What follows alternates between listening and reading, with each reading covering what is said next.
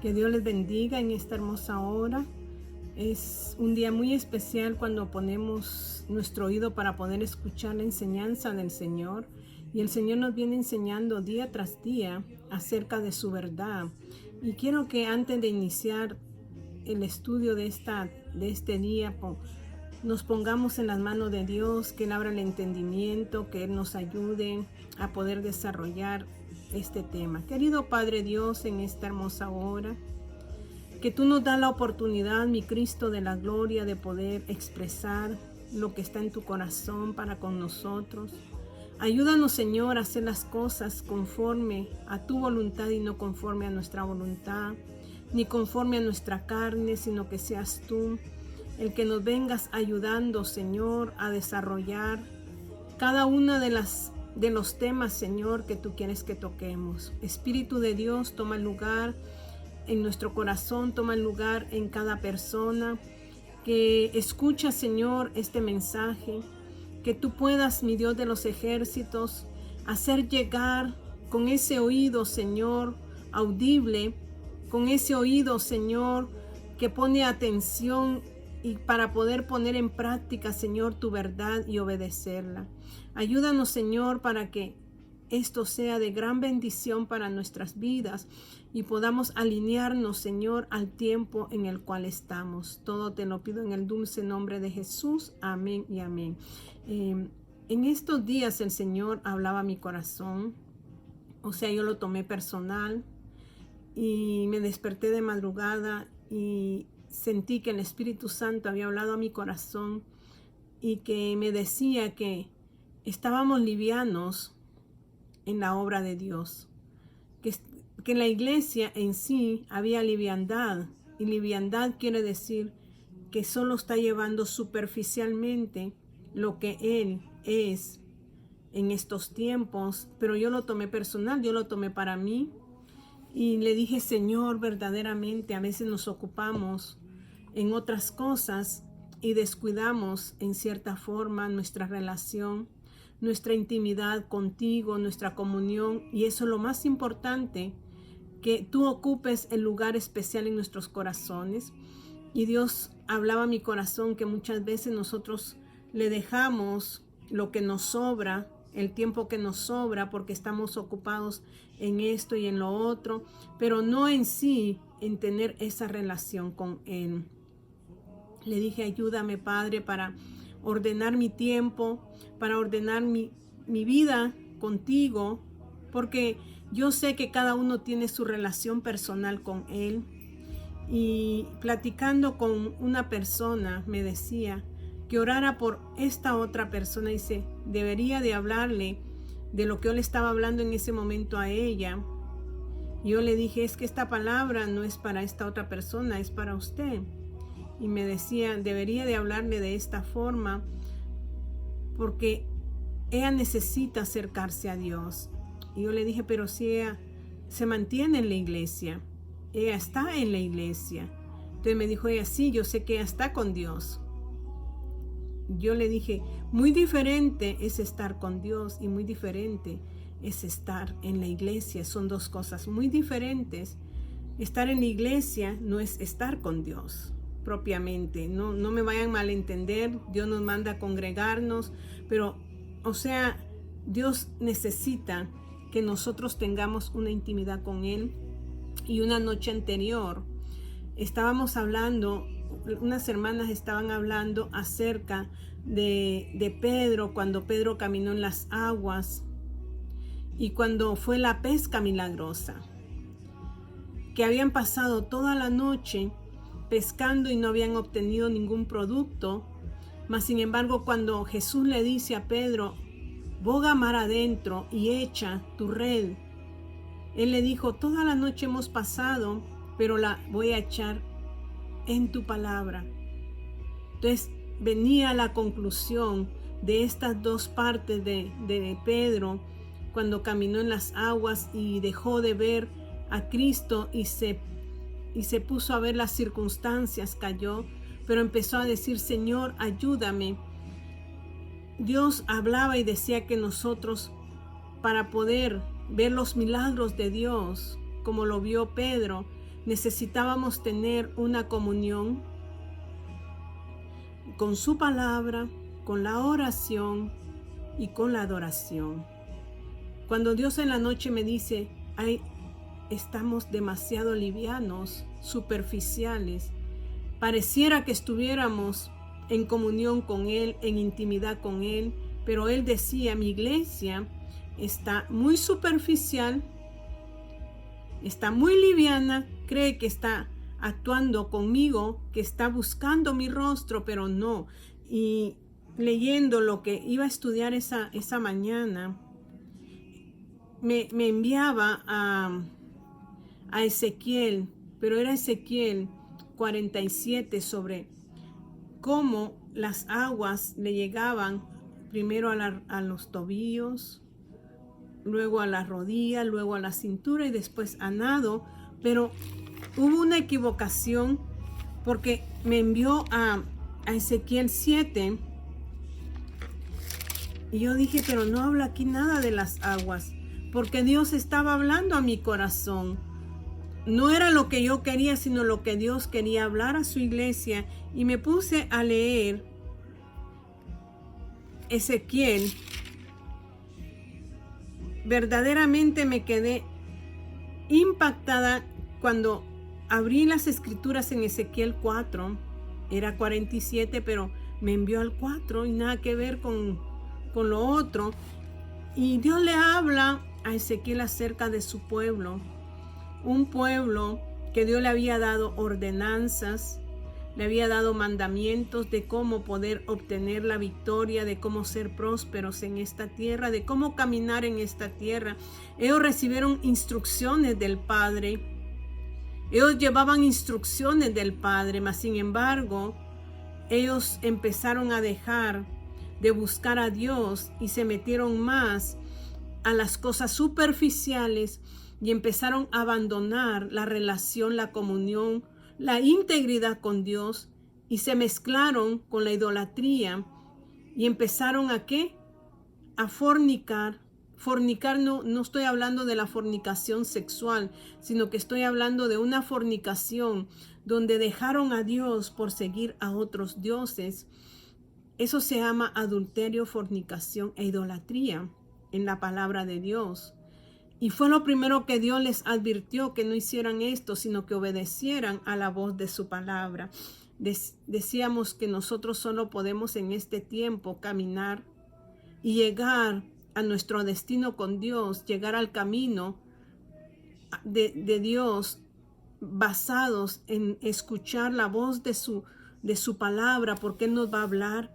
Muchos dicen o agarramos la Biblia literalmente, pero Dios dice que su palabra es viva y porque es viva nos va a hablar en diferentes sentidos cuando Él nos quiere hablar por medio de su Espíritu Santo, porque es la palabra profética más segura.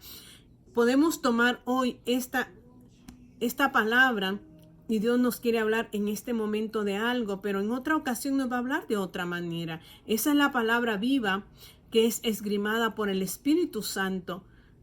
Entonces aquí cuando leí el capítulo 4 de Ezequiel y sobre la liviandad que estamos viviendo, donde no hay intimidad con Dios, donde no hay una relación con Dios, donde todo está siendo superficial, me asombré y dije, wow, Señor, ¿cómo le hablaste al pueblo de Israel? Nos hablas a nosotros hoy. Y dice, tu hijo de hombre, tómate un adobe y ponlo delante de ti y diseña sobre él la ciudad de Jerusalén. Primero le habla de Jerusalén. Y pondrás contra ella sitio y edificarás contra ella fortaleza y sacarás contra ella baluarte y pondrás delante de ella campamento y colocarás contra ella arietes alrededor. O sea que aquí Dios les estaba diciendo que si su pueblo no buscaba de su presencia, no se volvía a Él, iban a ser sitiados por los enemigos, iban a poner todo este tipo de fortalezas, y fue lo que aconteció. Y dice, tómate también una plancha de hierro y ponla en lugar de muro de hierro entre ti y la ciudad. Afirmarás luego tu rostro contra ella y será en lugar de cerco y la sitiarás, es señal a la casa de Israel.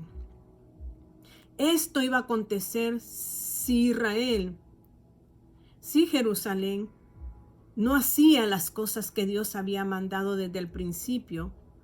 Iban a suceder cosas duras, y es lo que Dios nos habla hoy. Dice, y tú te acostarás sobre tu lado izquierdo y pondrás sobre él la maldad de la casa de Israel. El número de los días que duermas sobre él llevará sobre ti la maldad de ellos.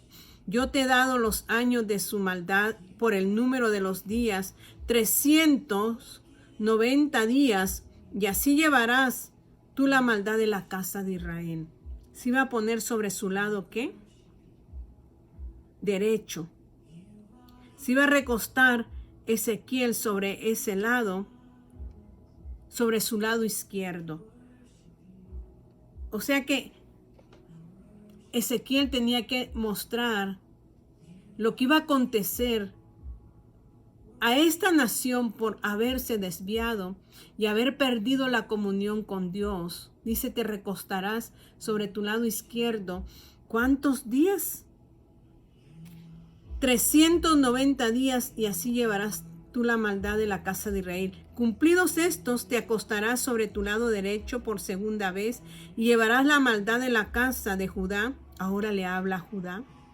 40 días, día por año te lo he dado, porque en Dios, para Él un día es como 1000 años y 1000 años como un día.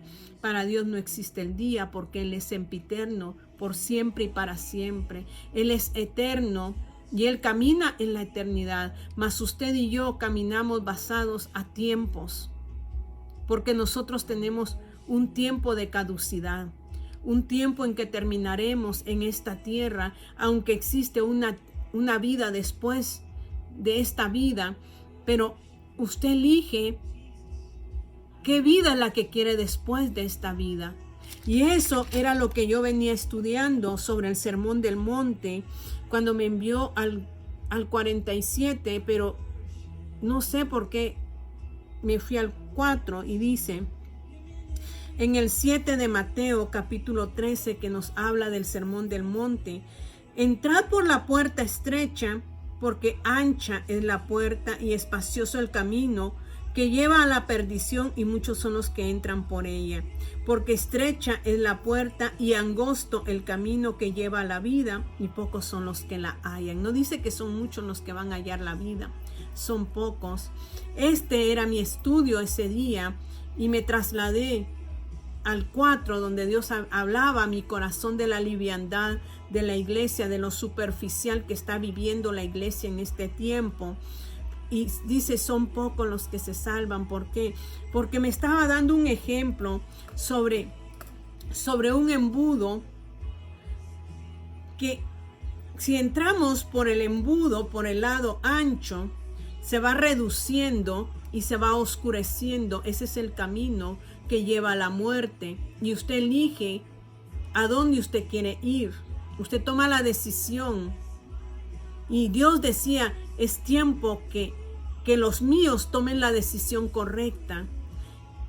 Y el que entra por el embudo al revés, que es angosto, se va ampliando porque lleva a vida. Pero hablaba de Ezequiel 47, de que las aguas empiezan primero en poca cantidad a los que entran por el camino angosto, que es dificultoso, que necesita de sacrificio en el camino, como dice aquí: entrad por la puerta estrecha, porque ancha es la puerta y espacioso el camino que lleva a la perdición, y muchos son los que entran por ella. Porque estrecha es la puerta, angosto el camino, estrecha y angosto el camino que lleva a la vida, y pocos son los que la hallan. O sea que hay que buscar la puerta y el camino. Y Dios dice en San Juan 10, yo soy, en San Juan 14 dice, yo soy el camino, yo soy la vida, yo soy la verdad y yo soy la vida. Solo por medio de Jesucristo nosotros vamos a poder entrar en el camino angosto porque Él es el camino. Es dificultoso, es sacrificado y vamos a pasar dolor, pero al final es de victoria porque obtendremos la vida. Y cuando estoy en esto de que Jesús es la puerta y dice que sus ovejas oyen su voz, lo dice San Juan 10, Cristo es la puerta y por Él entran las ovejas y las ovejas van a hallar. ¿Qué dice? Vámonos allí a San Juan capítulo 10, porque Dios quiere hablar claramente a nuestros corazones de estos tiempos, porque ya no es tiempo de nosotros ser religiosos, sino que es tiempo de tener una relación muy íntima con Dios. Y dice en el 19, yo soy la puerta, y el que por mí entrare será salvo, y entrará y saldrá y hallará pastos. O sea que en la puerta angosta va a ser difícil, pero allí en ese camino va a haber abundancia y va a haber bendición. Pero no es que vivamos una vida liviana, porque el que entra por esa puerta tiene que entregarse a sí mismo, una entrega total. Dice, el que quiera ser mi discípulo, niéguese a sí mismo. Tome su cruz y sígame. El negarnos a nosotros mismos es a todo, a los deleites de nuestra carne, a los deseos de nuestra carne, a los deseos de nuestros ojos, porque dice que el ojo del hombre no se sacia. Tenemos que renunciar a todo lo que ven nuestros ojos físicos y enfocarnos ¿en quién? En lo eterno. Entonces, al negarnos a nosotros mismos, es un sacrificio para nuestra carne, porque empezamos a reducirla a la impotencia y empezamos a hacer que lo espiritual empiece a vivificarse en nosotros. Va a haber dolor, va a haber sufrimiento. Quizás muchos le van a decir religioso, pero Dios quiere que no caminemos en liviandad. No caminemos en liviandad y hemos confundido eso. Entonces, aquí cuando yo les estaba hablando del 7 y me lleva al 4, entonces yo me asombro porque empieza Dios a decirle, háblale a Jerusalén que van a pasar 390 años. ¿En qué? En esclavitud. Van a ser sitiados, va a haber hambruna. Y para Judá fueron 40. Pero le dice cuenta año por día. O sea que él iba a hacerlo por día, pero Dios estaba hablándoles a ellos en el año Cronos, no en el Kairos de él, porque en el Kairos de él hay bendición. Y volvamos ahí a Ezequiel capítulo 4, porque Dios nos está hablando de cómo estamos viviendo y lo que va a acontecer si seguimos esa vida liviana. Y dice el 4:7 de Ezequiel, al asedio de Jerusalén afirmarás tu rostro y descubierto tu brazo profetizarás contra ella. Y he aquí he puesto sobre ti ataduras y no te volverás de un lado a otro hasta que hayas cumplido los días de tu asedio.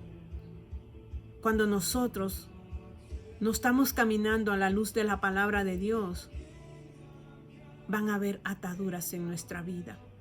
Dice, y tú toma para ti trigo, cebada, habas, lenteja, millo y avena, y ponlos en una vasija, y hazte pan de ellos. El número de los días que te acuestes sobre tu lado, 390 días comerás de él. La comida que comerás será de peso, de 20 siclos al día, de tiempo en tiempo la comerás, y beberás el agua por medida, la sexta parte de un hin, de tiempo en tiempo la beberás. O sea que le estaba poniendo ración tanto en la comida como en la bebida. Y beberás el agua por medida, dice. El 12 dice, y comerás pan de cebada, cocido debajo de la ceniza, y lo cocerás a la vista de ellos al fuego de excremento humano. Ahí me impactó esa palabra porque dice, y dijo Jehová, así comerán los hijos de Israel su pan inmundo. El que no atienda a la voz de Dios ahora. Dios está diciendo que no va a haber salvación para él, sino que va a comer de la inmundicia, del estiércol del humano. Y Dios no quiere que eso acontezca a los suyos. Yo dije, Señor, ten misericordia de nosotros y que podamos escuchar tu voz cuando tú nos hablas, poner atención, Señor, y empezar a accionar lo que tú nos estás mandando a accionar. O sea que le dice, el pueblo de Israel, el pueblo de Judá, de Jerusalén, no obedecieron, ahora comerán de la inmundicia.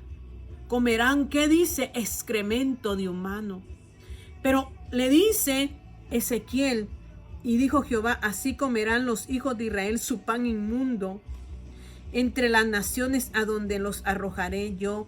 Y dije, ay Señor Jehová, he aquí que mi alma no es inmunda. O sea que le dice Ezequiel, ay Señor, mi alma no es inmunda. Ni nunca desde mi juventud hasta este tiempo comí cosa mortecina.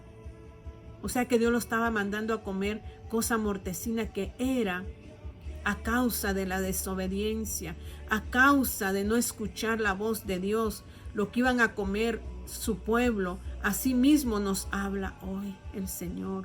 Y dice, ni despedazada, ni nunca en mi boca entró carne inmunda. O sea que Ezequiel se había mantenido firme delante de los ojos de Dios. Y Dios le dice, y me respondió, he aquí, te permito usar estiércol de bueyes en lugar de excremento humano para cocer tu pan. O sea que el estiércol de los animales todavía es más limpio que el estiércol de nosotros los humanos. Y si nosotros no escuchamos hoy lo que Dios nos está hablando, terminaremos comiendo este tipo de lo que Él está hablando. Se oye fuerte que Dios nos diga que si nosotros no nos alineamos a Él, vamos a comer estiércol de humano, lo más inmundo, lo más sucio. Y por eso me impactó en mi corazón y dije, Señor, es necesario el que tenga oídos para oír, que oiga, y el que no quiera escuchar, que cierre sus oídos. Pero cuando yo leo el Sermón del Monte, donde les digo de que porque estrecha es la puerta y angosto el camino que lleva a la vida, y pocos son los que la hallan, dice en el 21, todo el que me dice Señor, Señor, todo el que me dice Señor, Señor, entrará en el reino de los cielos. No todo el que me dice Señor, Señor, entrará en el reino de los cielos, sino el que hace la voluntad de mi Padre que está en los cielos.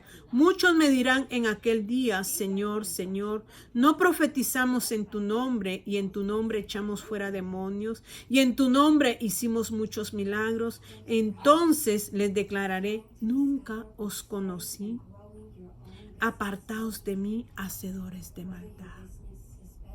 Esto también, porque si la iglesia se ha acomodado, porque hay milagros, porque está, ¿qué? No solo los milagros, porque hacen milagros, porque echan fuera demonios.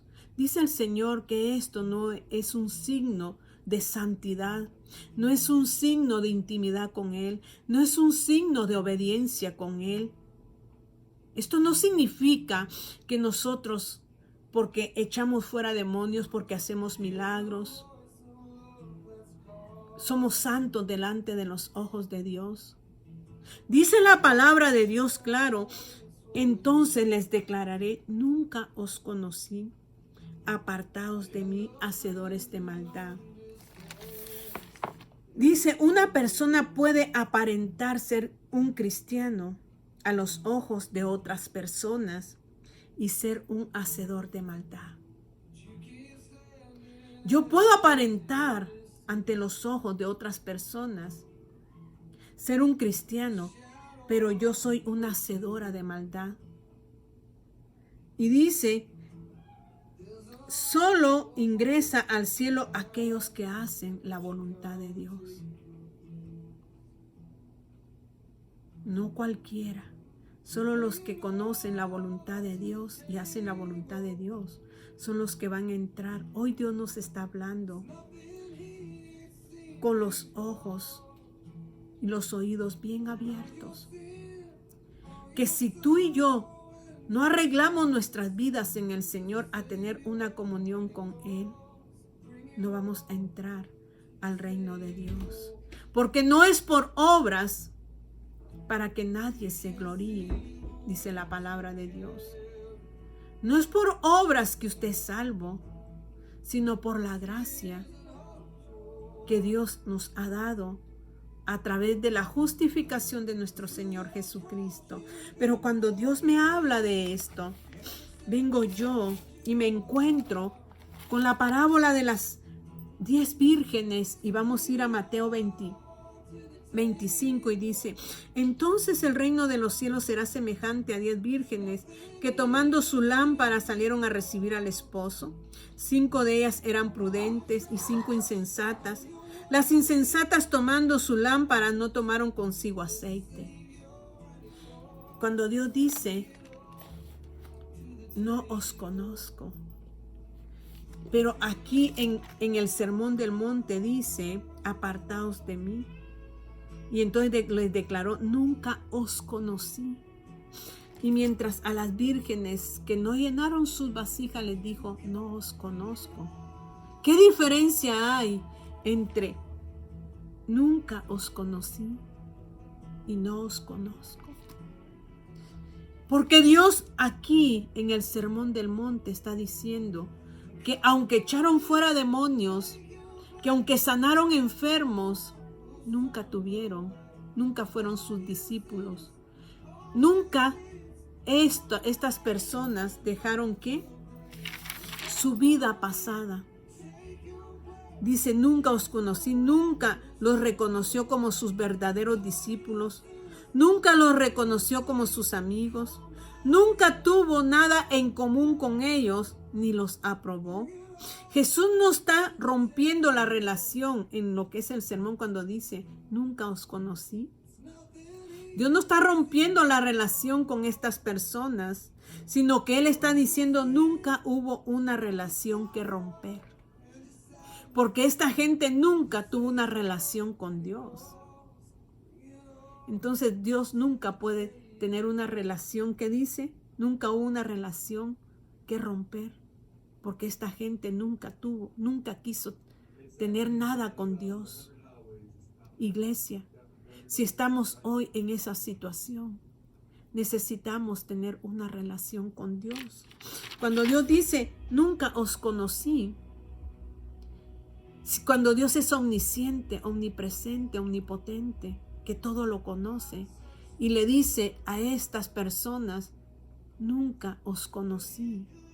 No está hablando y no se está refiriendo al conocimiento intelectual de que Él no conoce al ser humano, sino que se está refiriendo al conocimiento relacional. Que estos nunca tuvieron una relación con Dios, nunca quisieron tener una relación con Dios. Y si ustedes recuerdan a Judas, Judas caminó entre los discípulos y cuando Dios los envió de 2 en 2, hicieron milagros. Y ahí estaba Judas entre ellos haciendo milagros. Pero en el corazón de Judas nunca hubo una relación con Dios, con Cristo. Porque él dice que sustraía del dinero que recibían. Él era un ladrón, él era un avaro, él era un ¿qué? Codicioso. Y vendió a su señor o a su maestro, porque él lo llama maestro, por unas cuantas monedas. O sea que Judas nunca quiso tener una relación con Cristo, aunque participó de los dones, aunque participó de los bienes de Cristo, no quiso relacionarse. Entonces Dios No estaba diciendo que tenía que romper la relación con él, porque nunca hubo esa relación. Nunca. Y es lo que nos está diciendo cuando nos dice, nunca os conocí. Dice, nunca hubo una relación que romper. No hubo intimidad. No hubo intimidad. Pero cuando habla de las vírgenes, en cierta forma, cuando dice, no os conozco, es porque ellas tenían sus lámparas, pero no quisieron llenar sus lámparas con el aceite de la unción para poder tener esa relación íntima con el amado. Es muy diferente una cosa con otra. ¿Y cómo es que Dios nos conoce? Porque usted me va a decir, usted necesita primero tomar la decisión de qué camino quiere seguir, si el angosto o el ancho. Y luego usted tiene que discernir, o sea, discernir en ese camino y tomar la dirección. ¿Y quién da la dirección si no es la palabra la que nos da esa dirección? Y vamos a ir allí a Primera de Corintios, capítulo 8 y su versículo 1, y lea lo que dice ahí. Dice, en cuanto a lo sacrificado a los ídolos, que era lo que a veces nosotros hacemos, que nos esmeramos más por las cosas circunstanciales que por tener esa relación con Dios. Y dice, en cuanto a lo sacrificado a los ídolos, sabemos que todos tenemos conocimiento. El conocimiento, dice, envanece, pero el amor edifica. Y si alguno se imagina que sabe algo, aún no sabe nada. ¿Cómo debe saberlo? Pero si alguno ama a Dios, es conocido por Él. ¿Cuál es la base de conocer a Dios? Si alguno ama a Dios, es conocido por Él. Y amar a Dios es entrega total, es sacrificio y es dolor.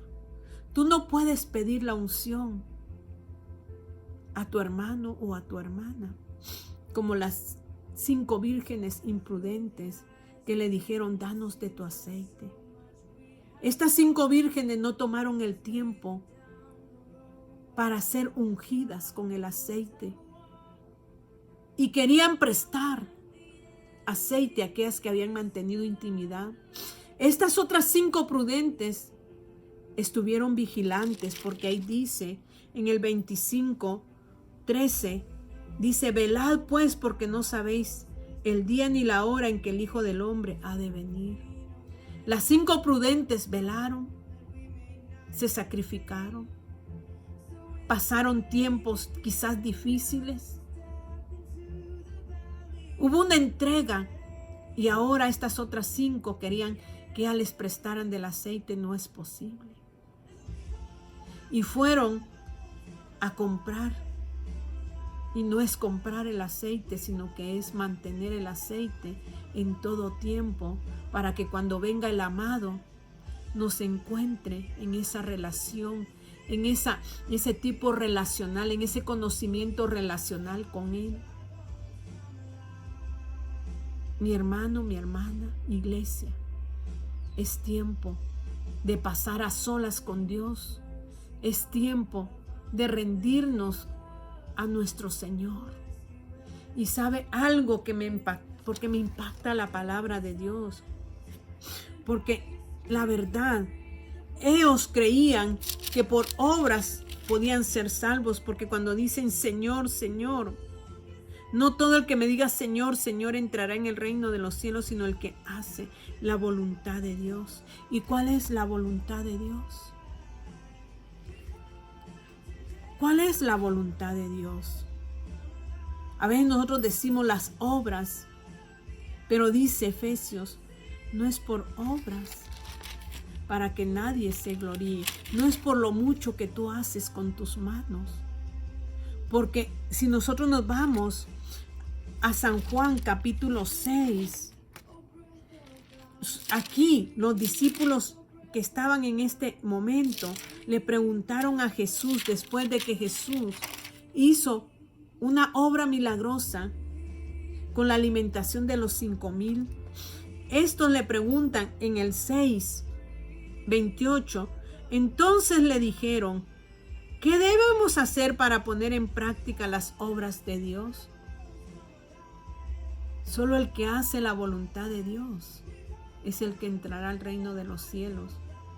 Y ellos creyeron que las obras de las manos eran las que hacían que entraran al reino de Dios. Y dice aquí, entonces le dijeron, ¿qué debemos hacer para poner en práctica las obras de Dios? Respondió Jesús y les dijo, esta es la obra de Dios, que creáis en el que Él ha enviado. Cuando creemos en Cristo, es hacer la obra del Padre. Porque cuando creemos en Cristo, nos hacemos uno con Él.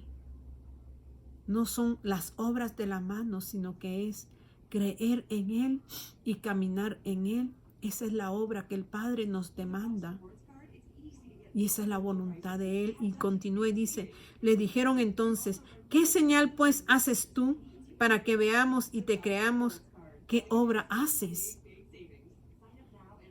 Estos hombres habían visto una señal y era que la multiplicación de la alimentación que le había dado a los 5,000, pero esa no es obra para Dios. Y dice, nuestros padres comieron el maná en el desierto, como está escrito, pan del cielo les dio a comer. Y Jesús le dijo, de cierto os digo, no os dio Moisés el pan del cielo, mas mi Padre os da el verdadero pan del cielo. Porque el pan de Dios es aquel que descendió del cielo y da vida al mundo. Usted necesita a Cristo para que Cristo lo conozca. ¿A qué grupo pertenece? Nunca los conocí o no os conozco. Son dos grupos diferentes. Aquellos nunca quisieron tener una relación con Dios. Las vírgenes tenían sus lámparas, pero no las llenaron de aceite porque nunca quisieron caminar con Dios en intimidad, en comunión, en su palabra. Porque la única que nos alimenta es su palabra, es su verdad. Usted necesita de esta verdad. Usted necesita de comer el pan de vida, que es Cristo Jesús. No necesita otra cosa. Esa es la obra que el Padre espera de nosotros, para que nos conozca. Y dice, lea, ahí donde le di, 1 Corintios 8:3, que solo el que ama a Dios, Dios lo conoce a Él. No es que conozcamos a Dios en cierto sentido, sino que Dios nos conozca a nosotros. El ser conocido por Dios implica llegar a amar a Dios. Porque si no nos va a decir Él, como dice en Apocalipsis 22:15, mas los perros estarán fuera, y los hechiceros, los fornicarios, los homicidas, los idólatras y todo aquel que ama y hace mentira. Entonces Dios les dirá, no os conozco, no veo en ustedes las marcas de la fidelidad. Cierre sus ojos. Querido Padre Dios, haznos entender esta palabra para que podamos alinear nuestro corazón. No son muchos los que hay en el camino a la vida eterna. Son pocos, mi Dios. Es de buscar cada día, Señor, amarte. Cada día, Señor, tener una vida relacional de intimidad, de comunión contigo, a través de tu verdad, a través de tu palabra, a través, Señor, de esa comunicación, de esa conexión que vamos a tener día tras día, Padre, pasar tiempos contigo y no pasar los tiempos que nos sobran, sino tiempos, porque los tiempos, mi Dios, se avecinan y no nos da nada bueno. Es tiempo, Señor, de que cada día, Padre, tengamos más y más nuestras lámparas llenas del aceite de la unción, porque solo la unción pudrirá el yugo y nos hará libres y llegaremos a esa salvación eterna. En el nombre de Jesús, amén y amén. Que mi Dios me los bendiga, me los guarde y que puedan poner atención a esta palabra.